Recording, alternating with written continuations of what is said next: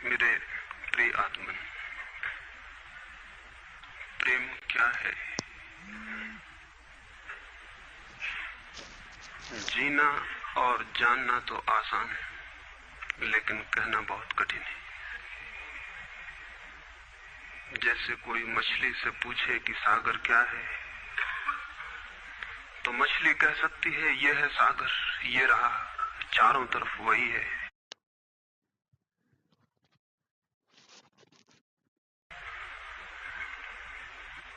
लेकिन कोई पूछे कि कहो क्या है, बताओ मत, तो बहुत कठिन हो जाएगा मछली को।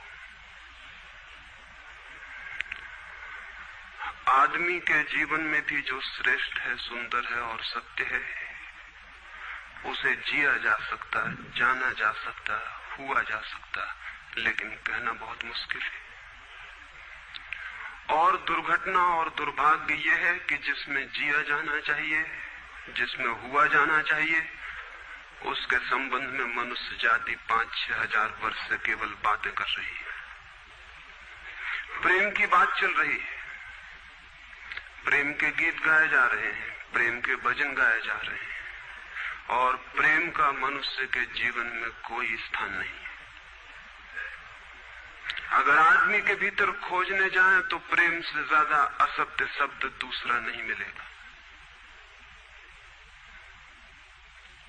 और जिन लोगों ने प्रेम को असत्य सिद्ध कर दिया है और जिन्होंने प्रेम की समस्त धाराओं को अवरुद्ध कर दिया है, और बड़ा दुर्भाग्य यह है कि लोग समझते हैं वे ही प्रेम के जन्मदाता भी हैं। धर्म प्रेम की बातें करता है, लेकिन आज तक जिस प्रकार का धर्म मनुष्य जाति के ऊपर दुर्भाग्य की भांति छाया हुआ है, उस धर्म ने ही मनुष्य के जीवन से प्रेम के सारे द्वार बंद कर दिए। और न इस संबंध में पूरब और पश्चिम में कोई फर्क है, न हिंदुस्तान में और न अमेरिका में कोई फर्क है। मनुष्य के जीवन में प्रेम की धारा प्रकट ही नहीं हो पाई, और नहीं हो पाई तो हम दोष देते हैं कि मनुष्य ही बुरा है, इसलिए नहीं प्रकट हो पाई। हम दोष देते हैं कि मन ही जहर है, इसलिए प्रकट नहीं हो पाई। मन जहर नहीं है, और जो लोग मन को जहर कहते रहे, उन्होंने ही प्रेम को जहरीला कर दिया, प्रेम को प्रकट नहीं होने दिया। मन जहर हो कैसे सकता है? इस जगत में कुछ भी जहर नहीं है। परमात्मा के सारे उपक्रम में कुछ भी विष नहीं है, सब अमृत है। लेकिन आदमी ने सारे अमृत को जहर कर लिया है, और इस जहर करने में शिक्षक, साधु संत और तथाकथित धार्मिक लोगों का सबसे ज्यादा हाथ है। इस बात को थोड़ा समझ लेना जरूरी है, क्योंकि अगर ये बात दिखाई न पड़े तो मनुष्य के जीवन में कभी भी प्रेम भविष्य में भी नहीं हो सकेगा। क्योंकि जिन कारणों से प्रेम नहीं पैदा हो सका है, उन्हीं कारणों को हम प्रेम प्रकट करने के आधार और कारण बना रहे हैं। हालतें ऐसी हैं कि गलत सिद्धांतों को अगर हजारों वर्ष तक दोहराया जाए तो फिर हम ये भूल ही जाते हैं कि सिद्धांत गलत है, और दिखाई पड़ने लगता है कि आदमी गलत है, क्योंकि उन सिद्धांतों को पूरा नहीं कर पा रहा है। मैंने सुना है एक सम्राट के महल के नीचे से एक पंखा बेचने वाला गुजरता था और जोर से चिल्ला रहा था कि अनूठे और अद्भुत पंखे मैंने निर्मित किए हैं। ऐसे पंखे कभी भी नहीं बनाए गए, ये पंखे कभी देखे भी नहीं गए हैं। सम्राट ने खिड़की से झांक के देखा कि कौन है जो अनूठे पंखे ले आया। सम्राट के पास सब तरह के पंखे थे, दुनिया के कोने कोने में जो मिल सकते थे। और नीचे देखा, गलियारे में खड़ा हुआ एक आदमी, साधारण 2-2 पैसे के पंखे होंगे, और चिल्ला रहा है कि अनूठे, अद्वितीय।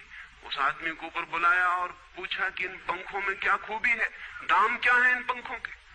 उस पंखे वाले ने कहा कि महाराज, दाम ज्यादा नहीं है, पंखे को देखते हुए दाम बहुत कम है, सिर्फ 100 रुपए का पंखा है। सम्राट ने कहा 100 रुपए? ये 2 पैसे का पंखा जो बाजार में जगह जगह मिलता है, 100 रुपए दाम, क्या है इसकी खूबी? उस आदमी ने कहा, खूबी ये पंखा 100 वर्ष चलता है, 100 वर्ष के लिए गारंटी है, 100 वर्ष से कम में खराब नहीं होता है। सम्राट ने कहा, इसको देख के तो ऐसा लगता है कि सप्ताह भी चल जाए, पूरा तो मुश्किल है। धोखा देने की कोशिश कर रहे हो, सरासर बेईमानी, और वो भी सम्राट के सामने। उस आदमी ने कहा, आप मुझे भली भांति जानते हैं, इसी गलिहारे में रोज पंखे बेचता हूं, 100 रुपए दाम है इसके, और अगर 100 वर्ष न चले तो जिम्मेदार मैं हूं, रोज तो नीचे मौजूद होता हूं, और फिर आप सम्राट हैं, आपको धोखा देके जाऊंगा कहां? वो पंखा खरीद लिया गया। सम्राट को विश्वास तो न था, लेकिन आश्चर्य भी था कि यह आदमी सरासर झूठ बोल रहा है, किस बल पर बोल रहा है। पंखा 100 रुपए में खरीद लिया गया और उससे कहा कि 7वें दिन तुम उपस्थित हो जाना। 2-4 दिन में ही पंखे की डंडी बाहर निकल गई, 7वें दिन तो वो बिल्कुल मुर्दा हो गए। लेकिन सम्राट ने सोचा कि शायद पंखे वाला आएगा नहीं, लेकिन ठीक समय पर 7वें दिन वो पंखे वाला हाजिर हो गया। उसने कहा, कहो महाराज। उन्होंने कहा, कहना नहीं, ये पंखा पड़ा हुआ है, टूटा हुआ। ये 7 दिन में ये गति हो गई, तुम कहते 100 वर्ष चलेगा? पागल हो या धोखेबाज, क्या हो? उस आदमी ने कहा कि मालूम होता है आपको पंखा चलना नहीं आता है। पंखा तो 100 वर्ष चलता ही, पंखा तो गारंटीड है। आप पंखा झलते कैसे थे? सम्राट ने कहा, और भी सुनो, अब मुझे ये भी सीखना पड़ेगा कि पंखा कैसे किया जाता है। उस आदमी ने कहा, कृपा करके बताइए कि इस पंखे की गति 7 दिन में ऐसी कैसे बना दी आपने, किस भांति पंखा किया? सम्राट ने पंखा उठा के करके दिखाया कि इस भांति मैंने पंखा किया। उस आदमी ने कहा, समझ गया, भूल, इस तरह पंखा नहीं किया जाता। सम्राट ने कहा, और क्या रास्ता है पंखा चलने का? उस आदमी ने कहा, पंखा पकड़िए सामने और सिर को हिलाइए। पंखा 100 वर्ष चलेगा, आप समाप्त हो जाएंगे, लेकिन पंखा बचेगा। पंखा गलत नहीं है, आपके चलने का ढंग गलत है। यह आदमी पैदा हुआ है 5-6 हजार या 10,000 वर्ष की संस्कृति का, यह आदमी फल है, लेकिन संस्कृति गलत नहीं है, यह आदमी गलत है। आदमी मरता जा रहा है रोज, और संस्कृति की दुहाई चलती चली जाती है कि महान संस्कृति, महान धर्म, महान सब कुछ, और उसका ये फल है। आदमी उसी संस्कृति से गुजरा है और ये परिणाम है उसका। लेकिन नहीं, आदमी गलत है, और आदमी को बदलना चाहिए अपने को। और कोई कहने की हिम्मत नहीं उठाता कि कहीं ऐसा तो नहीं है कि 10,000 वर्षों में जो संस्कृति और धर्म आदमी को प्रेम से नहीं भर पाए, वो संस्कृति और धर्म गलत हो। और अगर 10,000 वर्षों में आदमी प्रेम से नहीं भर पाया, तो आगे कोई संभावना है इसी धर्म और इसी संस्कृति के आधार पर कि आदमी कभी प्रेम से भर जाए? 10,000 वर्षों में जो नहीं हो पाया, वो आगे भी 10,000 वर्षों में होने वाला नहीं है, क्योंकि आदमी यही है, कल भी यही होगा। आदमी हमेशा से यही है और हमेशा यही होगा। और संस्कृति और धर्म जिनके हम नारे दिए चले जाते हैं, संतों और महात्माओं की जिनकी दुआइयां दिए चले जाते हैं, सोचने के लिए हम तैयार नहीं कि कहीं हमारा बुनियादी चिंतन की दिशा ही तो गलत नहीं है। मैं कहना चाहता हूं कि वो गलत है, और गलत सबूत है ये आदमी। और क्या सबूत होता है? एक बीज को हम बोएं और फल जहरीले और कड़वे हों, तो क्या सब सिद्ध होता है? सिद्ध होता है कि वो बीज जहरीला और कड़वा रहा होगा। हालांकि बीज में पता लगाना मुश्किल है कि उससे जो फल पैदा होंगे वो कड़वे पैदा होंगे। बीज में कुछ खोजबीन नहीं की जा सकती। बीज को तोड़ो फोड़ो, कोई पता नहीं चल सकता कि इससे जो फल पैदा होंगे वो कड़वे होंगे। बीज को वो 100 वर्ष लग जाएंगे, वृक्ष होगा, बड़ा होगा, आकाश में फैलेगा, तब फल आएंगे और तब पता चलेगा कि वे कड़वे। 10,000 वर्ष में संस्कृति और धर्म के जो बीज बोए गए हैं, ये आदमी उसका फल है, और ये कड़वा है और घृणा से भरा हुआ है। लेकिन उसी की दुहाई दिए चले जाते हैं हम, और सोचते हैं उससे प्रेम हो जाए। मैं आपसे कहना चाहता हूं उससे प्रेम नहीं हो सकता है, क्योंकि प्रेम के पैदा होने की जो बुनियादी संभावना है, धर्मों ने उसकी ही हत्या कर दी है और उसमें ही जहर घोल दिया है। मनुष्य से भी ज्यादा प्रेम पशुओं और पक्षियों में और पौधों में दिखाई पड़ता है, जिनके पास न कोई संस्कृति है न कोई धर्म है। संस्कृत और सुसंस्कृत और सभ्य मनुष्यों की बजाय असभ्य और जंगल के आदमी में ज्यादा प्रेम दिखाई पड़ता है, जिसके पास न कोई विकसित धर्म है, न कोई सभ्यता है, न कोई संस्कृति है। जितना आदमी सभ्य, सुसंस्कृत और तथाकथित धर्मों के प्रभाव में मंदिरों और चर्चों में प्रार्थना करने लगता, उतना ही प्रेम से शून्य क्यों होता चला जाता। जरूर कुछ कारण है, और दो कारणों पर मैं विचार करना चाहता हूं। अगर वे ख्याल में आ जाएं तो प्रेम के अवरुद्ध स्रोत टूट सकते हैं और प्रेम की गंगा बह सकती है। वो हर आदमी के भीतर है, उसे कहीं से लाना नहीं है। प्रेम कोई ऐसी बात नहीं है कि कहीं खोजने जाना है उसे, वो है, वो प्राणों की प्यास है हर एक के भीतर, वो प्राणों की सुगंध है प्रत्येक के भीतर, लेकिन चारों तरफ से परकोटा है उसके और वो प्रकट नहीं हो पाती। सब तरफ पत्थर की दीवार है और वो झरने नहीं फूट पाते। तो प्रेम की खोज और प्रेम की साधना कोई पॉजिटिव, कोई विधायक खोज और साधना नहीं है कि हम जाएं और कहीं प्रेम सीख लें। एक मूर्तिकार एक पत्थर को तोड़ रहा था, कोई देखने गया था कि मूर्ति कैसे बनाई जाती है। उसने देखा कि मूर्ति तो बिल्कुल नहीं बनाई जा रही, सिर्फ छेनी और हथौड़े से पत्थर तोड़ा जा रहा है। तो उस आदमी ने पूछा कि आप क्या कर रहे हैं, मूर्ति नहीं बनाएंगे? मैं तो मूर्ति का बनना देखने आया हूं, आप तो सिर्फ पत्थर तोड़ रहे हैं। उस मूर्तिकार ने कहा कि मूर्ति तो पत्थर के भीतर छिपी है, उसे बनाने की जरूरत नहीं है, सिर्फ उसके ऊपर जो व्यर्थ पत्थर जुड़ा है उसे अलग कर देने की जरूरत है और मूर्ति प्रकट हो जाएगी। मूर्ति बनाई नहीं जाती, मूर्ति सिर्फ आविष्कृत होती है, डिस्कवर होती है, अनावृत होती है, उगाड़ी जाती है।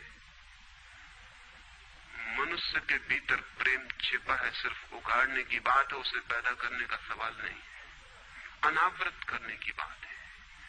कुछ है जो हमने ऊपर से ओढ़ा हुआ है, जो उसे प्रकट नहीं होने देता। एक चिकित्सक से जाके आप पूछें कि स्वास्थ्य क्या है, और दुनिया का कोई चिकित्सक नहीं बता सकता कि स्वास्थ्य क्या है। बड़े आश्चर्य की बात है, स्वास्थ्य पर ही तो सारा चिकित्सा शास्त्र खड़ा है, सारी मेडिकल साइंस खड़ी है, और कोई नहीं बता सकता कि स्वास्थ्य क्या है। लेकिन चिकित्सक से पूछें कि स्वास्थ्य क्या है, तो वो कहेगा बीमारियों के बाबत हम बता सकते हैं कि बीमारियां क्या हैं, उनके लक्षण हमें पता है, एक एक बीमारी का अलग अलग परिभाषा हमें पता है। स्वास्थ्य का हमें कोई भी पता नहीं है। इतना हम कह सकते हैं कि जब कोई बीमारी नहीं होती तो जो होता है वो स्वास्थ्य है। स्वास्थ्य तो मनुष्य के भीतर छिपा है, इसलिए मनुष्य की परिभाषा के बाहर है। बीमारी बाहर से आती है, इसलिए बाहर से परिभाषा की जा सकती है। स्वास्थ्य भीतर से आता है, उसकी कोई परिभाषा नहीं की जा सकती। इतना ही हम कह सकते हैं कि बीमारियों का अभाव स्वास्थ्य है। लेकिन ये स्वास्थ्य की कहां परिभाषा हुई? स्वास्थ्य के संबंध में तो हमने कुछ भी ना कहा कि बीमारियां नहीं है तो बीमारियों के संबंध में कहा। सच ये है कि स्वास्थ्य पैदा नहीं करना होता, या तो छिप जाता है बीमारियों में, या बीमारियां हट जाती हैं तो प्रकट हो जाता है। स्वास्थ्य हम में है, स्वास्थ्य हमारा स्वभाव है, प्रेम हम में है, प्रेम हमारा स्वभाव है। इसलिए ये बात गलत है कि मनुष्य को समझाया जाए कि तुम प्रेम पैदा करो। सोचना यह है कि प्रेम पैदा क्यों नहीं हो पा रहा है, बाधा क्या है, अड़चन क्या है, कहां रुकावट डाल दी गई। अगर कोई भी रुकावट ना हो तो प्रेम प्रकट होगा ही, उसे सिखाने की और समझाने की कोई भी जरूरत नहीं है। अगर मनुष्य के ऊपर गलत संस्कृति और गलत संस्कार की धाराएं और बाधाएं न हो तो हर आदमी प्रेम को उपलब्ध होगा ही, ये अनिवार्यता है। प्रेम से कोई बच ही नहीं सकता, प्रेम स्वभाव है। गंगा बहती है हिमालय से, बहेगी गंगा, उसके प्राण है, उसके पास जल है, वो बहेगी और सागर को खोज ही लेगी। न किसी पुलिस वाले से पूछेगी, न किसी पुरोहित से पूछेगी कि सागर कहाँ है। देखा किसी गंगा को चौरस्ते पर खड़े होकर पूछते कि सागर कहाँ है? उसके प्राणों में है छिपी सागर की खोज और ऊर्जा है, तो पहाड़ तोड़ेगी, मैदान तोड़ेगी और पहुंच जाएगी सागर तक। सागर कितने ही दूर हो, कितना ही छिपा हो, खोज ही लेगी। और कोई रास्ता नहीं है, कोई गाइड बुक नहीं है कि जिससे पता लगा ले कि कहां से जाना है, लेकिन पहुंच जाती है। लेकिन बांध बांध दिए जाएं, चारों तरफ पर गोटे उठा दिए जाएं, प्रकृति की बाधाओं को तोड़ के तो गंगा सागर तक पहुंच जाती है, लेकिन अगर आदमी की इंजीनियरिंग की बाधाएं खड़ी कर दी जाएं तो हो सकता है गंगा सागर तक न पहुंच पाए। ये भेद समझ लेना जरूरी है। प्रकृति की कोई भी बाधा असल में बाधा नहीं है, इसलिए गंगा सागर तक पहुंच जाती है, हिमालय को काट के पहुंच जाती है। लेकिन अगर आदमी ईजाद करे, इंतजाम करे, तो गंगा को सागर तक नहीं भी पहुंचने दे सकता है। प्रकृति का तो एक सहयोग है, प्रकृति तो एक हार्मनी है। वहां जो बाधा भी दिखाई पड़ती है वो भी शायद शक्ति को जगाने के लिए चुनौती है। वहां जो विरोध भी दिखाई पड़ता है वो भी शायद भीतर प्राणों में जो छिपा है उसे प्रकट करने के लिए बुलावा है। वहां शायद कोई बाधा नहीं है। वहां हम बीज को दबाते हैं जमीन में, दिखाई पड़ता है कि जमीन की एक परत बीज के ऊपर पड़ी है, बाधा दे रही, लेकिन वो बाधा नहीं दे रही। अगर वो परत ना होगी तो बीज अंकुरित भी नहीं हो पाएगा। ऐसे दिखाई पड़ता है कि एक परत जमीन की बीज को नीचे दबा रही है, लेकिन वो परत दबा इसलिए रही है ताकि बीज दबे, गले और टूट जाए और अंकुर बन जाए। ऊपर से दिखाई पड़ता है वो जमीन बाधा दे रही, लेकिन वो जमीन मित्र है और सहयोग कर रही बीज को प्रकट करने में। प्रकृति तो एक हार्मनी है, एक संगीतपूर्ण लयबद्धता है, लेकिन आदमी ने जो जो निसर्ग के ऊपर इंजीनियरिंग की है, जो जो उसने अपने यांत्रिक धारणाओं को ठोंकने की और बिठाने की कोशिश की है, उससे गंगाएं रुक गई हैं, जगह जगह अवरुद्ध हो गई हैं। और फिर आदमी को दोष दिया जाता है। किसी बीज को दोष देने की जरूरत नहीं है। अगर वो पौधा न बन पाए तो हम कहेंगे कि जमीन नहीं मिली होगी, ठीक, पानी नहीं मिला होगा, ठीक, सूरज की रोशनी नहीं मिली होगी, ठीक। लेकिन आदमी के जीवन में खिल न पाए फूल प्रेम का तो हम कहते हैं तुम हो जिम्मेवार। और कोई नहीं कहता कि भूमि ना मिली होगी, ठीक, पानी ना मिला होगा, ठीक, सूरज की रोशनी ना मिली होगी, ठीक। इसलिए यह आदमी का पौधा अवरुद्ध रह गया, विकसित नहीं हो पाया, फूल तक नहीं पहुंच पाया। मैं आपसे कहना चाहता हूं कि बुनियादी बाधाएं आदमी ने खड़ी की हैं। प्रेम की गंगा तो बह सकती है और परमात्मा के सागर तक पहुंच सकती है। आदमी बना उस लिए है कि वो बहे और प्रेम बहे और परमात्मा तक पहुंच जाए, लेकिन हमने कौन सी बाधाएं खड़ी कर दी? पहली बात, आज तक मनुष्य की सारी संस्कृतियों ने सेक्स का, काम का, वासना का विरोध किया है। इस विरोध ने मनुष्य के भीतर प्रेम के जन्म की संभावना तोड़ दी, नष्ट कर दी। इस निषेध ने, क्योंकि सच्चाई यह है कि प्रेम की सारी यात्रा का प्राथमिक बिंदु काम है, सेक्स है। प्रेम की यात्रा का जन्म गंगोत्री, जहां से गंगा पैदा होगी प्रेम की, वो सेक्स है, वो काम है। और उसके सब दुश्मन है, सारी संस्कृतियां और सारे धर्म और सारे गुरु और सारे महात्मा। तो गंगोत्री पर ही चोट कर दी, वहीं रोक दिया। पाप है काम, अधम है काम, जहर है काम। और हमने सोचा भी नहीं कि काम की ऊर्जा ही, सेक्स एनर्जी ही अंततः प्रेम में परिवर्तित होती और रूपांतरित होती। प्रेम का जो विकास है, वो काम की शक्ति का ही ट्रांसफॉर्मेशन है, वो उसी का रूपांतरण है। एक कोयला पड़ा हो और आपको ख्याल भी नहीं आएगा कि कोयला ही रूपांतरित होकर हीरा बन जाता है। हीरे और कोयले में बुनियादी रूप से कोई भी फर्क नहीं है।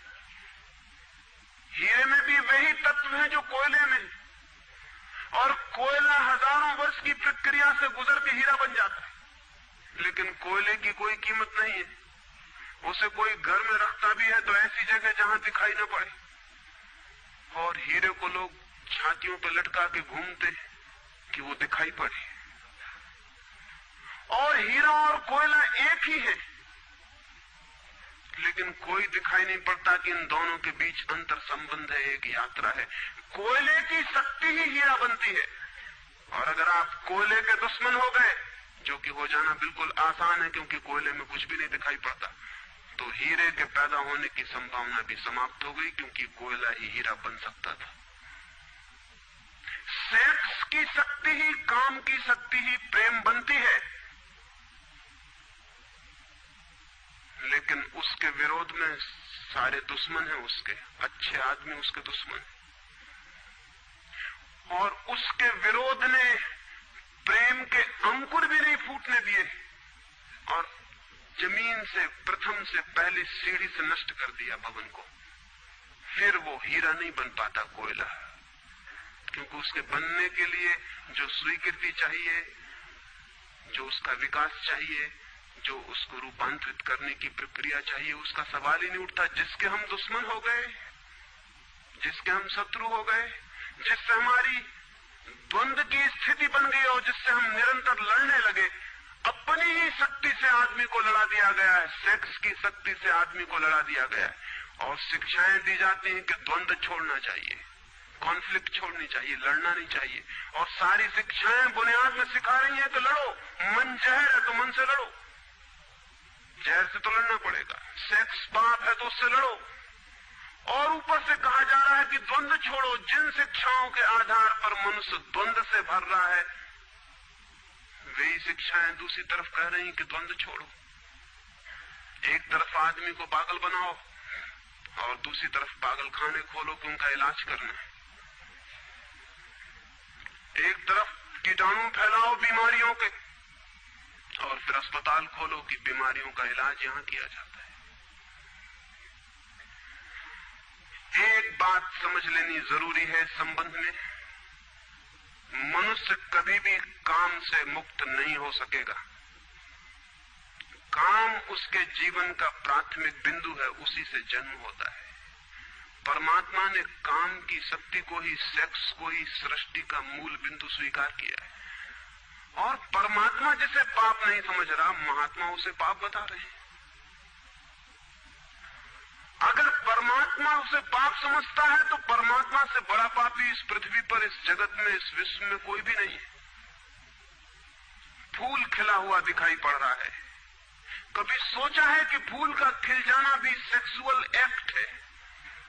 फूल का खिल जाना भी काम की एक घटना है, वासना की एक घटना है। फूल में है क्या उसके खिल जाने में?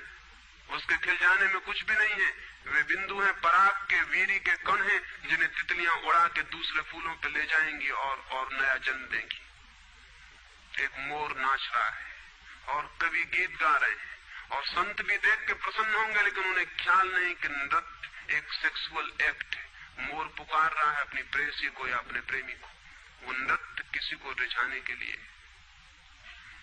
पपीहा गीत गा रहा है, कोयल बोल रही है। एक आदमी जवान हो गया है, एक युवती सुंदर होकर विकसित हो गई है। वो सब की सब सेक्सुअल एनर्जी की अभिव्यक्तियां हैं। वो सब का सब काम का ही रूपांतरण है। वो सब का सब काम की ही अभिव्यक्ति, काम की ही अभिव्यंजना है। सारा जीवन, सारी अभिव्यक्ति, सारी फ्लावरिंग काम की है। और उस काम के खिलाफ संस्कृति और धर्म आदमी के मन में जहर डाल रहे हैं, उससे लड़ाने की कोशिश कर रहे हैं। मौलिक शक्ति से मनुष्य को उलझा दिया है लड़ने के लिए, इसलिए मनुष्य दीनहीन, प्रेम से रिक्त और थोथा और नाकुछ हो गया है। काम से लड़ना नहीं है, काम के साथ मैत्री स्थापित करनी है और काम की धारा को और ऊंचाइयों तक ले जाना है। किसी ऋषि ने किसी वधू को 9 वर और वधू को आशीर्वाद देते हुए कहा था कि तेरे 10 पुत्र पैदा हों और अंततः तेरा पति तेरा 11वां पुत्र हो जाए।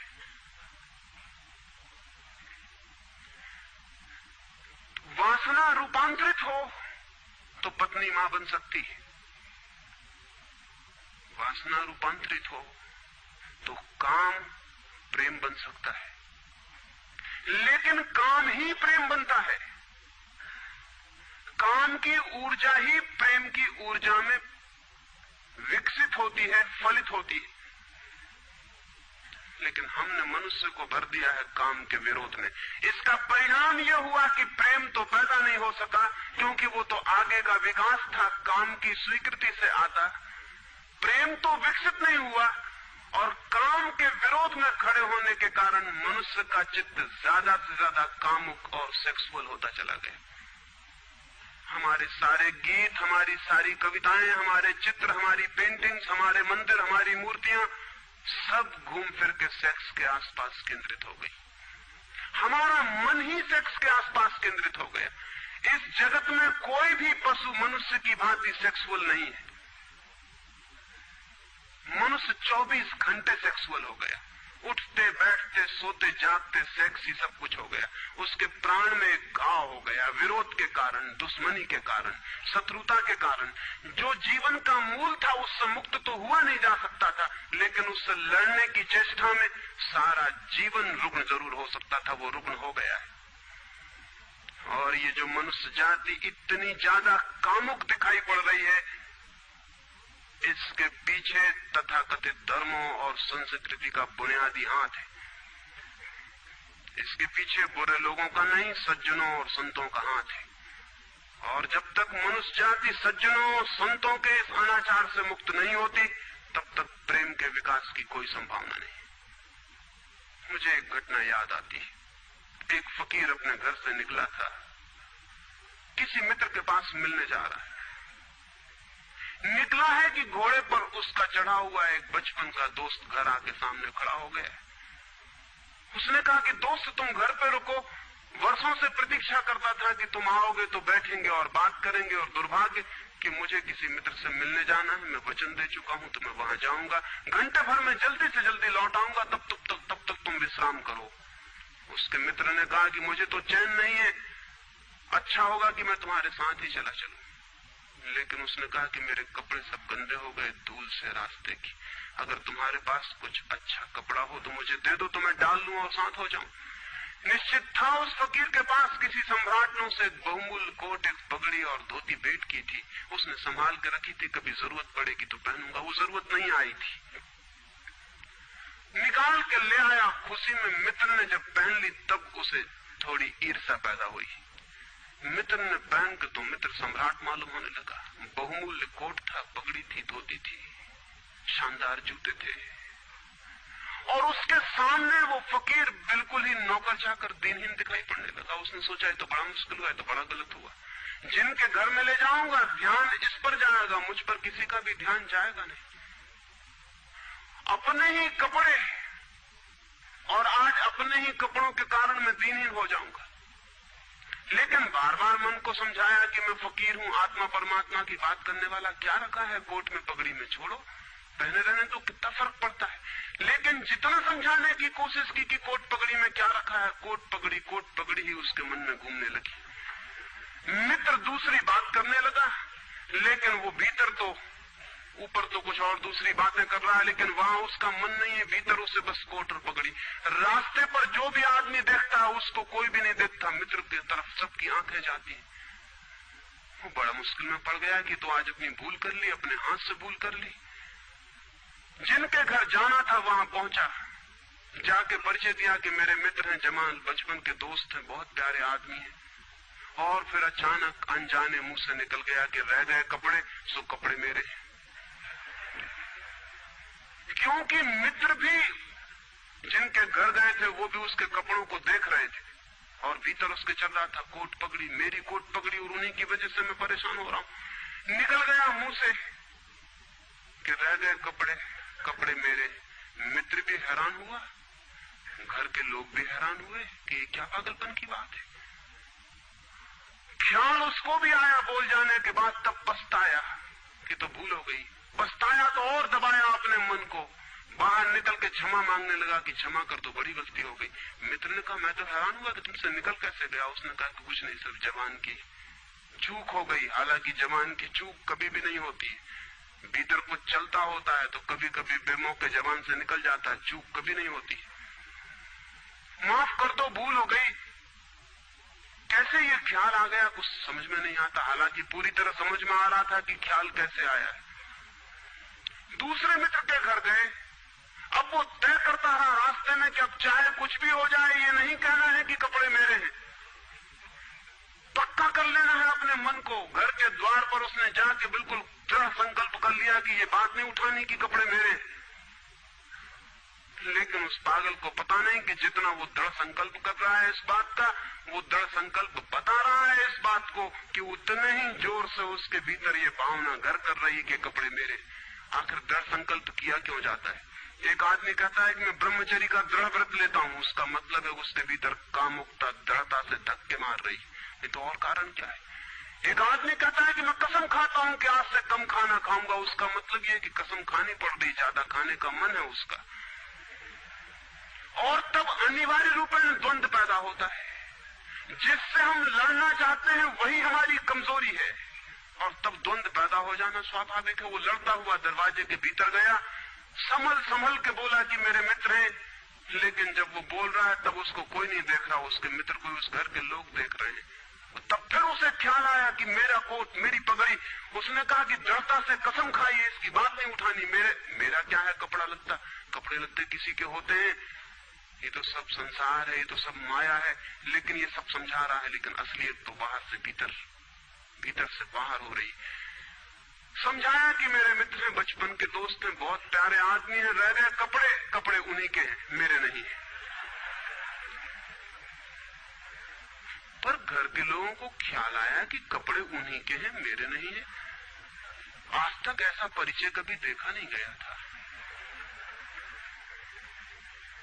बाहर निकल के क्षमा मांगने लगा कि बड़ी भूल हुई जा रही, मैं क्या करूं क्या न करूं, ये क्या हो गया है मुझे। आज तक मेरी जिंदगी में कपड़ों ने इस तरह से मुझे नहीं पकड़ा था, किसी को नहीं पकड़ा। लेकिन अगर तरकीब उपयोग में करें तो कपड़े पकड़ ले सकते हैं। मित्र ने कहा मैं जाता नहीं तुम्हारे साथ, पर वो हाथ जोड़ने लगा कि नहीं ऐसा मत करो, जीवन भर के लिए दुख रह जाएगा कि मैंने क्या दुर्व्यवहार किया। अब मैं कसम खा के कहता हूं कि कपड़ों की बात ही नहीं उठानी। मैं बिल्कुल भगवान की कसम खाता हूं कि कपड़ों की बात नहीं उठानी। और कसम खाने वालों से हमेशा सावधान रहना जरूरी है, क्योंकि जो भी कसम खाता है उसके भीतर उस कसम से भी मजबूत कोई बैठा है जिसके खिलाफ वो कसम खा रहा है। और वो जो भीतर बैठा है वो ज्यादा भीतर है, कसम ऊपर है और बाहर है। कसम चेतन मन से खाई गई है और जो भीतर बैठा है वो अचेतन की परतों तक समाया हुआ है। अगर मन के 10 हिस्से कर दें तो कसम एक हिस्से ने खाई है, 9 हिस्से उल्टा भीतर खड़ा हुआ है। ब्रह्मचर्य की कसम एक हिस्सा खा रहा है मन का, और 9 हिस्सा परमात्मा की दुआई दे रहा है। वो जो परमात्मा ने बनाया है वो उसके लिए कहा चला जा रहा है, कहे चला जा रहा है। गए तीसरे मित्र के घर। अब उसने बिल्कुल ही अपनी सांसों तक में संयम कर रखा है। संयमी आदमी बड़े खतरनाक होते हैं, क्योंकि उनके भीतर ज्वालामुखी उबल रहा है और ऊपर से वो संयम साधे हुए हैं। और इस बात को स्मरण रखना कि जिस चीज को साधना पड़ता है, साधने में इतना श्रम लग जाता है कि साधना पूरे वक्त हो नहीं सकती, फिर शिथिल होना पड़ेगा, विश्राम करना पड़ेगा। अगर मैं जोर से मुट्ठी बांध लूं तो कितनी देर बांधे रख सकता हूं? 24 घंटे। जितने जोर से बांधूंगा उतने ही जल्दी थक जाऊंगा और मुट्ठी खुल जाएगी। जिस चीज में भी श्रम करना पड़ता है, जितना ज्यादा श्रम करना पड़ता है उतने जल्दी थकान आ जाती, शक्ति खत्म हो जाती और उल्टा होना शुरू हो जाता। मुट्ठी बांधी जितने जोर से उतने ही जल्दी मुट्ठी खुल जाएगी। मुट्ठी खुली रखी जा सकती है 24 घंटे, लेकिन बांध के नहीं रखी जा सकती है। जिस काम में श्रम पड़ता है उस काम को आप जीवन नहीं बना सकते, कभी सहज नहीं हो सकता वो काम। श्रम पड़ेगा, फिर विश्राम का वक्त आएगा ही। इसलिए जितना सदा हुआ संत होता है उतना ही खतरनाक आदमी होता है, क्योंकि उसका विश्राम का वक्त आएगा। 24 घंटे में घंटे भर को उसे शिथिल होना पड़ेगा। उसी बीच दुनिया भर के पाप उसके भीतर खड़े हो जाएंगे, नरक सामने आ जाएगा। तो उसने बिल्कुल ही अपने को सांस रोक लिया और कहा कि अब कसम खाता हूं कि इन कपड़ों की बात ही नहीं उठानी। लेकिन आप सोच लें उसकी हालत, अगर आप थोड़े बहुत भी धार्मिक आदमी होंगे तो आपको अपने अनुभव से भी पता चल सकता है कि उसकी क्या हालत हुई होगी। अगर आपने कसम खाई हो, व्रत लिए हो, संकल्प साधे हो, तो आपको भली भांति पता होगा कि भीतर क्या हालत हो जाती है। भीतर गया, उसके माथे से पसीना चू रहा है, इतना श्रम पड़ रहा है। मित्र डरा हुआ है उसके पसीने को देखकर कि वो उसकी सब नसें खिंची हुई हैं। वो बोल रहा है एक एक शब्द कि मेरे मित्र हैं, बड़े पुराने दोस्त हैं, बहुत अच्छे आदमी हैं। और एक क्षण को वो रुका, जैसे भीतर से कोई जोर का धक्का आया हो और सब बह गया, बाढ़ आ गई और सब बह गया। और उसने कह दिया, रह गए कपड़े की बात, तो मैंने कसम खा ली है कि कपड़े की बात ही नहीं करनी।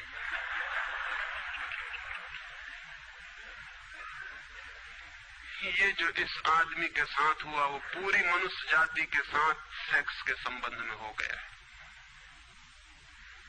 सेक्स को ऑब्सेशन बना दिया, सेक्स को रोग बना दिया, घाव बना दिया और सब विषाक्त कर दिया, सब विषाक्त कर दिया। छोटे छोटे बच्चों को समझाया जा रहा कि सेक्स पाप है, लड़कियों को समझाया जा रहा, लड़कों को समझाया जा रहा कि सेक्स पाप है।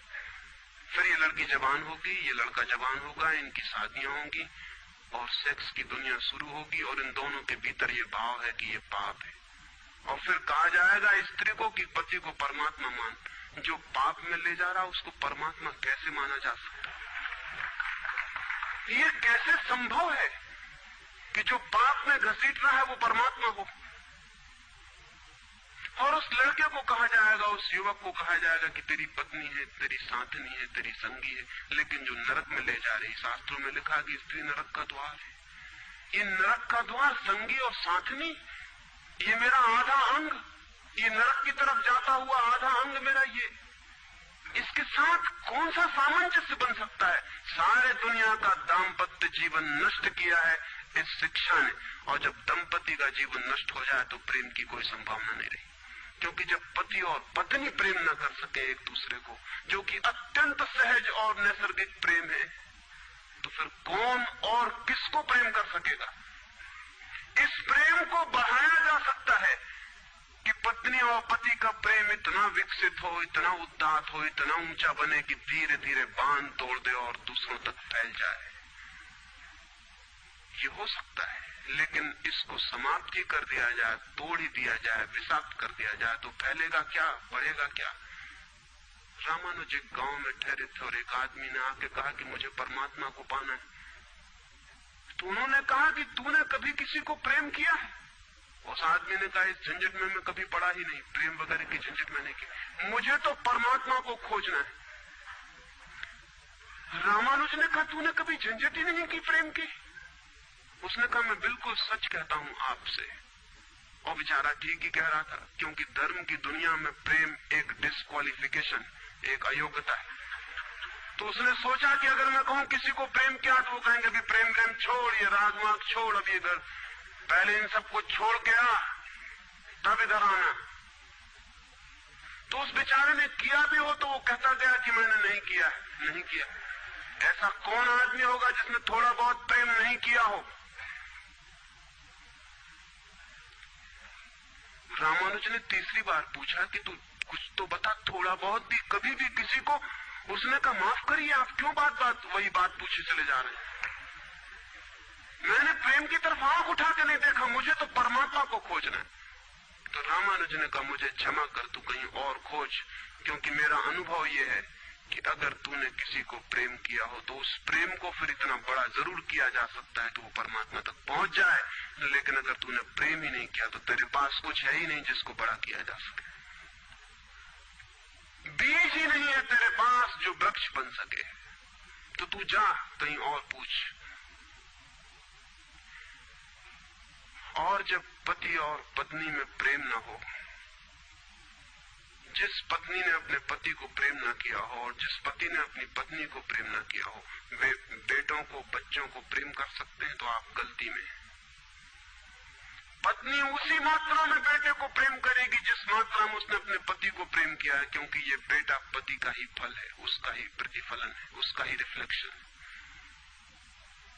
ये इस बेटे के प्रति जो प्रेम होने वाला है वो उतना ही होगा जितना उसने पति को चाहा और प्रेम किया हो। ये पति की ही मूर्ति है जो फिर नई होकर वापस लौट आई है। अगर पति के प्रति प्रेम नहीं है तो बेटे के प्रति प्रेम सच्चा कभी भी नहीं हो सकता। और अगर बेटे को प्रेम नहीं किया गया, पालना, पोसना और बड़ा कर देना प्रेम नहीं है, तो बेटा मां को कैसे प्रेम कर सकता है, बाप को कैसे प्रेम कर सकता है? वो जो यूनिट है जीवन का, परिवार, वो विषाक्त हो गया है सेक्स को दूषित कहने से, कंडेम करने से, निंदित करने से, और परिवार ही फैलकर पूरा जगत है, पूरा विश्व है। और फिर हम कहते हैं कि प्रेम बिल्कुल दिखाई नहीं पड़ता। प्रेम कैसे दिखाई पड़ेगा? हालांकि हर आदमी कहता है कि मैं प्रेम करता हूं, मां कहती है, पत्नी कहती है, बाप कहता है, भाई कहता है, बहन कहती है, मित्र कहते हैं कि हम प्रेम करते हैं। सारी दुनिया में हर आदमी कहता है कि हम प्रेम करते हैं, और दुनिया में इकट्ठा देखो तो प्रेम कहीं दिखाई ही नहीं पड़ता। इतने लोग अगर प्रेम करते हैं तो दुनिया में तो प्रेम की वर्षा हो जानी चाहिए थी, प्रेम के फूल ही फूल के जाने चाहिए थे, प्रेम के दिए ही दिए जल जाते, घर घर प्रेम का दिया होता तो दुनिया में इकट्ठी इतनी रोशनी होती प्रेम की। लेकिन वहां तो घृणा की रोशनी दिखाई पड़ती है, क्रोध की रोशनी दिखाई पड़ती है, युद्धों की रोशनी दिखाई पड़ती है, प्रेम का तो कोई पता नहीं चलता। झूठी है ये बात, और ये झूठ जब तक हम मानते चले जाएंगे तब तक सत्य की दिशा में खोज भी नहीं हो सकती। कोई किसी को प्रेम नहीं कर रहा है, और जब तक काम के निसर्ग को परिपूर्ण आत्मा से स्वीकृति नहीं मिलती तब तक कोई किसी को प्रेम कर भी नहीं सकता है। मैं आपसे कहना चाहता हूं कि काम दिव्य है, डिवाइन है। सेक्स की शक्ति परमात्मा की शक्ति है, ईश्वर की शक्ति है। इसीलिए तो उससे ऊर्जा पैदा होती है और नया जीवन विकसित होता है। वही तो सबसे रहस्यपूर्ण शक्ति है, वही तो सबसे ज्यादा मिस्टीरियस फोर्स है। उससे दुश्मनी छोड़ दें। अगर आप चाहते हैं कि कभी आपके जीवन में प्रेम की वर्षा हो जाए, उससे दुश्मनी छोड़ दें, उसे आनंद से स्वीकार करें, उसकी पवित्रता को स्वीकार करें, उसकी धन्यता को स्वीकार करें, और खोजें उसमें और गहरे, तो आप हैरान हो जाएंगे। जितनी पवित्रता से काम की स्वीकृति होगी उतना ही काम पवित्र होता चला जाता है, और जितनी अपवित्रता और पाप की दृष्टि से काम से विरोध होगा, काम उतना ही पापपूर्ण और कुरूप होता चला जाता है। जब कोई अपनी पत्नी के पास ऐसे जाए जैसे कोई मंदिर के पास जाता है, जब कोई पत्नी अपने पति के पास ऐसे जाए जैसे सच में कोई परमात्मा के पास जाता है, क्योंकि जब दो प्रेमी काम से निकट आते हैं, जब वे संभोग से गुजरते हैं, तब सच में ही वे परमात्मा के मंदिर के निकट से गुजर रहे हैं। वहीं परमात्मा काम कर रहा है उनकी उस निकटता में, वहीं परमात्मा की सृजन शक्ति काम कर रही है। और मेरी अपनी दृष्टि यह है कि मनुष्य को समाधि का, ध्यान का जो पहला अनुभव मिला हो कभी भी मनुष्य के इतिहास में, तो वो संभोग के क्षण में मिला है और कभी नहीं। संभोग के क्षण में ही पहली बार ये स्मरण आया है आदमी को कि इतने आनंद की वर्षा हो सकती है। और जिन्होंने सोचा, जिन्होंने मेडिटेट किया, जिन लोगों ने काम के संबंध पर और मैथुन पर चिंतन किया और ध्यान किया, उन्हें यह दिखाई पड़ा कि काम के क्षण में, मैथुन के क्षण में, संभोग के क्षण में मन विचारों से शून्य हो जाता है। एक क्षण को मन के सारे विचार रुक जाते हैं, और वो विचारों का रुक जाना और वो मन का ठहर जाना ही आनंद की वर्षा का कारण होता है। तब उन्हें सीक्रेट मिल गया, राज मिल गया कि अगर मन को विचारों से मुक्त किया जा सके किसी और विधि से भी, तो भी इतना ही आनंद मिल सकता है। और तब समाधि और योग की सारी व्यवस्थाएं विकसित हुई, जिनमें ध्यान और सामायिक और मेडिटेशन और प्रेयर, इनकी सारी व्यवस्थाएं विकसित हुई। इन सब के मूल में संभोग का अनुभव है। और फिर मनुष्य को अनुभव हुआ कि बिना संभोग में जाए भी चित्त शून्य हो सकता है, और जो रस की अनुभूति संभोग में हुई थी वो बिना संभोग के भी बरस सकती है। फिर संभोग क्षणिक हो सकता है, क्योंकि शक्ति और ऊर्जा का वो निकास और बहाव है, लेकिन ध्यान सतत हो सकता है। तो मैं आपसे कहना चाहता हूं कि एक युगल संभोग के क्षण में जिस आनंद को अनुभव करता है, एक योगी 24 घंटे उस आनंद को अनुभव करने लगता है।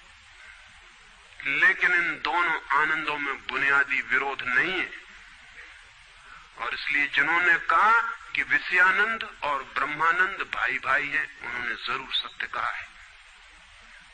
वे सहोदर हैं, एक ही उदर से पैदा हुए हैं, एक ही अनुभव से विकसित हुए, उन्होंने निश्चित ही सत्य कहा है। तो पहला सूत्र आपसे कहना चाहता हूं, अगर चाहते हैं कि पता चले कि प्रेम तत्व क्या है, तो पहला सूत्र है काम की पवित्रता, दिव्यता, उसकी ईश्वरीय अनुभूति की स्वीकृति, उसको परम हृदय से, पूर्ण हृदय से अंगीकार। और आप हैरान हो जाएंगे, जितने परिपूर्ण हृदय से काम की स्वीकृति होगी, उतने ही आप काम से मुक्त होते चले जाएंगे। जितना अस्वीकार होता है, उतने ही हम बंधते हैं, जैसा वो फकीर कपड़ों से बंध गया। जितना स्वीकार होता है, उतने हम मुक्त होते हैं। अगर परिपूर्ण स्वीकार है, टोटल एक्सेप्टेबिलिटी है जीवन का जो निसर्ग है उसकी, तो आप पाएंगे कि वो परिपूर्ण स्वीकृति को मैं आस्तिकता कहता हूं। वही आस्तिकता व्यक्ति को मुक्त करती है। नास्तिक मैं उनको कहता हूं जो जीवन के निसर्ग का अस्वीकार करते हैं, निषेध करते हैं। ये बुरा है, ये पाप है, ये विष है, ये छोड़ो, ये छोड़ो, ये छोड़ो। जो छोड़ने की बातें कर रहे हैं वे ही नास्तिक हैं। जीवन जैसा है उसे स्वीकार करो और जियो उसकी परिपूर्णता में। वही परिपूर्णता रोज रोज सीढ़ियां सीढ़ियां ऊपर उठाती जाती है। वही स्वीकृति मनुष्य को ऊपर ले जाती है। और एक दिन उसके दर्शन होते हैं जिसका काम में पता भी नहीं चलता था। काम अगर कोयला था तो एक दिन हीरा भी प्रकट होता है प्रेम का। तो पहला सूत्र यह है। दूसरा सूत्र आपसे कहना चाहता हूं, और वो दूसरा सूत्र भी संस्कृति ने और आज तक की सभ्यता ने और धर्मों ने हमारे भीतर मजबूत किया है। दूसरा सूत्र भी स्मरणीय है, क्योंकि पहला सूत्र तो काम की ऊर्जा को प्रेम बना देगा, और दूसरा सूत्र द्वार की तरह रोके हुए है उस ऊर्जा को बहने से, वो बह नहीं पाएगी। वो दूसरा सूत्र है मनुष्य का ये भाव कि मैं हूं, ईगो, उसका अहंकार कि मैं हूं। बुरे लोग तो कहते ही हैं कि मैं हूं, अच्छे लोग और जोर से कहते हैं कि मैं हूं, और मुझे स्वर्ग जाना है और मोक्ष जाना है और मुझे ये करना है और मुझे वो करना है। लेकिन वो मैं खड़ा हुआ है वहां भीतर। और जिस आदमी का मैं जितना मजबूत है, उतना ही उस आदमी की सामर्थ्य दूसरे से संयुक्त हो जाने की कम हो जाती है। क्योंकि मैं एक दीवार है, एक घोषणा है कि मैं हूं। मैं की घोषणा कह देती है तुम हो, मैं हूं, दोनों के बीच फासला है। फिर मैं कितना ही प्रेम करूं और आपको अपनी छाती से लगा लूं, लेकिन फिर भी हम दो हैं। छातियां कितनी ही निकट आ जाएं, फिर भी बीच में फासला है। मैं हूं, तुम हो। इसलिए निकटतम अनुभव भी निकट नहीं ला पाते। शरीर पास बैठ जाते हैं, आदमी दूर दूर बने रह जाते हैं। जब तक भीतर मैं बैठा हुआ है, तब तक दूसरे का भाव नष्ट नहीं होता। शास्त्र ने कहीं एक अद्भुत वचन कहा है कि दी अदर इज हेल। वो जो दूसरा है वही नरक है। लेकिन शास्त्र ने ये नहीं कहा कि why the other is other. वो दूसरा क्यों है? वो दूसरा इसलिए है कि मैं हूं, और जब तक मैं हूं तब तक दुनिया में हर चीज दूसरी है, अन्य है, भिन्न है। और जब तक भिन्नता है तब तक प्रेम का अनुभव नहीं हो सकता। प्रेम है एकात्म का अनुभव। प्रेम है इस बात का अनुभव कि गिर गई दीवार और दो ऊर्जाएं मिल गई और संयुक्त हो गई। प्रेम है इस बात का अनुभव कि एक व्यक्ति और दूसरे व्यक्ति की सारी दीवारें गिर गई और प्राण संयुक्त हुए, मिले और एक हो गए। जब यही अनुभव एक व्यक्ति और समस्त के बीच फलित होता है तो उस अनुभव को मैं कहता हूं परमात्मा, और जब दो व्यक्तियों के बीच फलित होता है तो उसे मैं कहता हूं प्रेम। अगर मेरे और किसी दूसरे व्यक्ति के बीच ये अनुभव फलित हो जाए कि हमारी दीवारें गिर जाएं, हम किसी भीतर के तल पर एक हो जाएं, एक संगीत, एक धारा, एक प्राण, तो ये अनुभव है प्रेम।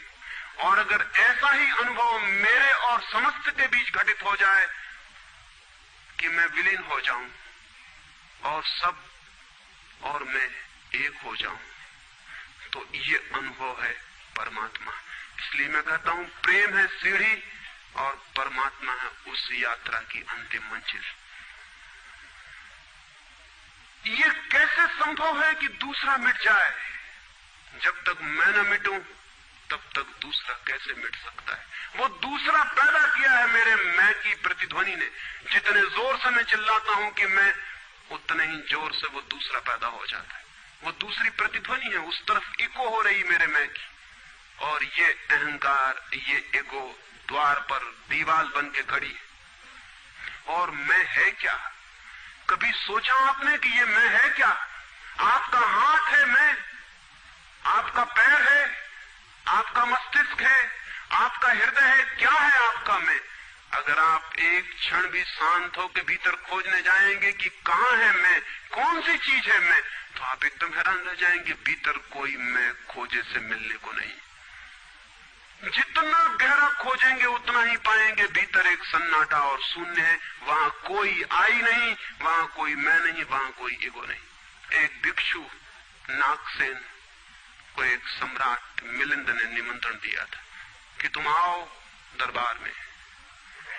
तो जो राजदूत गया था निमंत्रण देने, उसने नागसेन को कहा कि भिक्षु नागसेन, आपको बुलाया है सम्राट मिलिंद ने, मैं निमंत्रण देने आया हूं।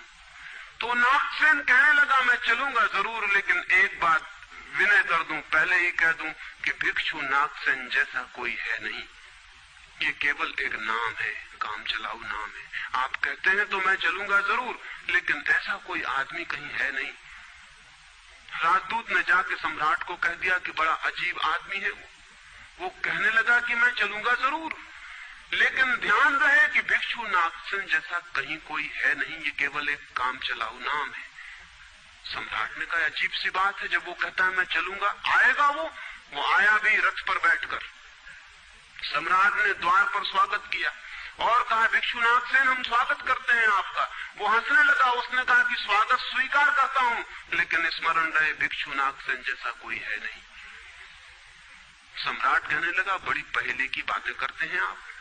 अगर आप नहीं हैं तो कौन है? कौन आया है यहाँ? कौन स्वीकार कर रहा है स्वागत? कौन दे रहा है उत्तर? नागसेन मुड़ा और उसने कहा कि देखते हैं सम्राट मिलिंद, ये रथ खड़ा है जिस पर मैं आया। सम्राट ने कहा ये रथ है। तो भिक्षु नागसेन पूछने लगा घोड़ों को निकाल के अलग कर लिया जाए। घोड़े अलग कर लिए गए और उसने पूछा सम्राट से ये घोड़े रथ हैं? सम्राट ने कहा घोड़े कैसे रथ हो सकते हैं? घोड़े अलग कर दिए गए। सामने के डंडे जिनसे घोड़े बंधे थे खिंचवा लिए गए। उसने पूछा कि ये रथ हैं? सिर्फ दो डंडे कैसे रथ हो सकते हैं? डंडे अलग कर दिए गए। चाक निकलवा लिए और कहा ये रथ है। सम्राट ने कहा ये चाक है, ये रथ नहीं है। और एक एक अंग रथ का निकलता चला गया और एक एक अंग पर सम्राट को कहना पड़ा कि नहीं ये रथ नहीं है। फिर आखिर पीछे शून्य बच गया, वहां कुछ भी न बचा। भिक्षु नागसेन पूछने लगा रथ कहां है अब? रथ कहां है अब? और जितनी चीजें मैंने निकाली तुमने कहा ये भी रथ नहीं, ये भी रथ नहीं, ये भी रथ नहीं, अब रथ कहां है? तो सम्राट चौंक के खड़ा रह गया। रथ पीछे बचा भी नहीं था और जो चीजें निकल गई थी उनमें कोई रथ था भी नहीं। तो वो भिक्षु कहने लगा समझे आप, रथ एक जोड़ था, रथ कुछ चीजों का संग्रह मात्र था। रथ का अपना होना नहीं है कोई, ईगो नहीं है कोई। रथ एक जोड़ है। आप खोजे कहां है आपका मैं, और आप पाएंगे कि अनंत शक्तियों के एक जोड़ है। मैं कहीं भी नहीं है। और एक एक अंग आप सोचते चले जाएं तो एक एक अंग समाप्त होता चला जाता है, फिर पीछे शून्य रह जाता है। उसी शून्य से प्रेम का जन्म होता है, क्योंकि वो शून्य आप नहीं है, वो शून्य परमात्मा है। एक गांव में एक आदमी ने मछलियों की एक दुकान खोली थी, बड़ी दुकान थी। उस गांव में पहली दुकान थी, तो उसने एक बहुत खूबसूरत तख्ती बनवाई और उस पर लिखाया फ्रेश फिश सोल्ड हियर, यहां ताजी मछलियां बेची जाती। पहले दिन दुकान खुली और एक आदमी आया और कहने लगा फ्रेश फिश सोल्ड हियर, ताजी मछलियां, कहीं बासी मछलियां भी बेची जाती? ताजी लिखने की क्या जरूरत? दुकानदार ने सोचा कि बात तो ठीक है, इससे और व्यर्थ बासे का भी ख्याल पैदा होता है। उसने फ्रेश अलग कर दिया, ताजा अलग कर दिया। तख्ती रह गई फिश सोल्ड हियर, मछलियां बेची जाती, मछलियां यहां बेची जाती। दूसरे दिन एक बूढ़ी औरत आई और उसने कहा कि मछलियां यहां बेची जाती हैं, सोल्ड हियर, कहीं और कहीं भी बेचते हो? उस आदमी ने कहा ये हियर बिल्कुल फिजूल है। उसने तख्ती पर एक शब्द और अलग कर दिया, रह गया फिश सोल्ड। तीसरे दिन एक आदमी आया, वो कहने लगा फिश सोल्ड, मछलियां बेची जाती हैं, मुफ्त भी देते हो क्या? आदमी ने कहा ये सोल्ड भी बेकार। उस सोल्ड को भी अलग कर दिया। अब रह गई वहां तख्ती फिश। एक बुढ़ा आया और कहने लगा फिश, अंधे को भी मील भर दूर से बांस मिल जाती। ये तख्ती काहे के लिए लटकाई हुई है? यहां फिश भी चली गई, खाली तख्ती रह गई वहां। और एक आदमी आया और उसने कहा ये तख्ती किस लिए लगाई है, इससे दुकान पे आड़ पड़ती। वो तख्ती भी चली गई, वहां कुछ भी नहीं रह गया। इलिमिनेशन होता गया, एक एक चीज हटती चली गई, पीछे जो शेष रह गया शून्य है। उस शून्य से प्रेम का जन्म होता है, क्योंकि उस शून्य में दूसरे के शून्य से मिलने की क्षमता है। सिर्फ शून्य ही शून्य से मिल सकता है और कोई नहीं। दो शून्य मिल सकते हैं, दो व्यक्ति नहीं, दो इंडिविजुअल नहीं मिल सकते, दो वैक्यूम, दो एम्प्टीनेस मिल सकते हैं, क्योंकि बाधा आप कोई भी नहीं, शून्य की कोई दीवार नहीं होती और हर चीज की दीवार होती है। तो दूसरी बात स्मरणीय है, व्यक्ति जब मिटता है नहीं रह जाता, पाता है कि हूं ही नहीं, जो है वो मैं नहीं हूं, जो है वो सब है। तब द्वार गिरता है, दीवार टूटती है और तब वो गंगा बहती है जो भीतर छिपी है और तैयार है। वो शून्य की प्रतीक्षा कर रही कि कोई शून्य हो जाए तो उससे बह उठूं। हम एक कुआं खोदते हैं, पानी भीतर है, पानी कहीं से लाना नहीं होता, लेकिन बीच में मिट्टी पत्थर पड़े हैं, उनको निकाल के बाहर कर देते हैं। करते क्या है हम?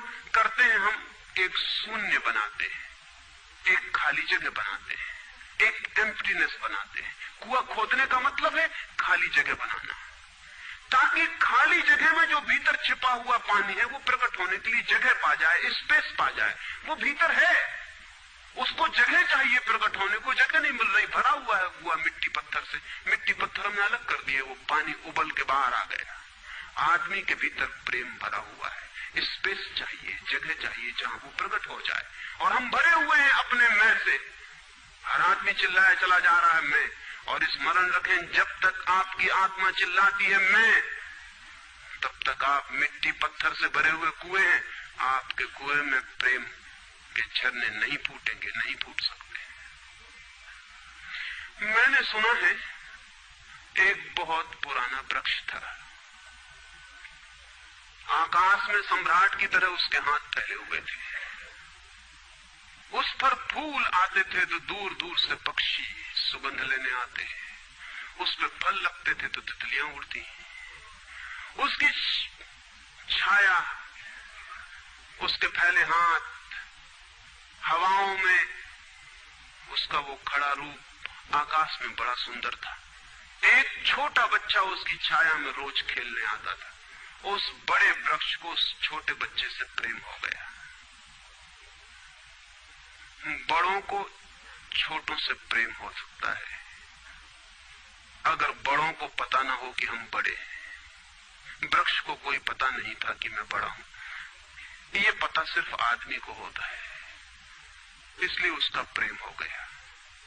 अहंकार हमेशा अपने से बड़ों को प्रेम करने की कोशिश करता है। अहंकार हमेशा अपने से बड़ों से संबंध जोड़ता है।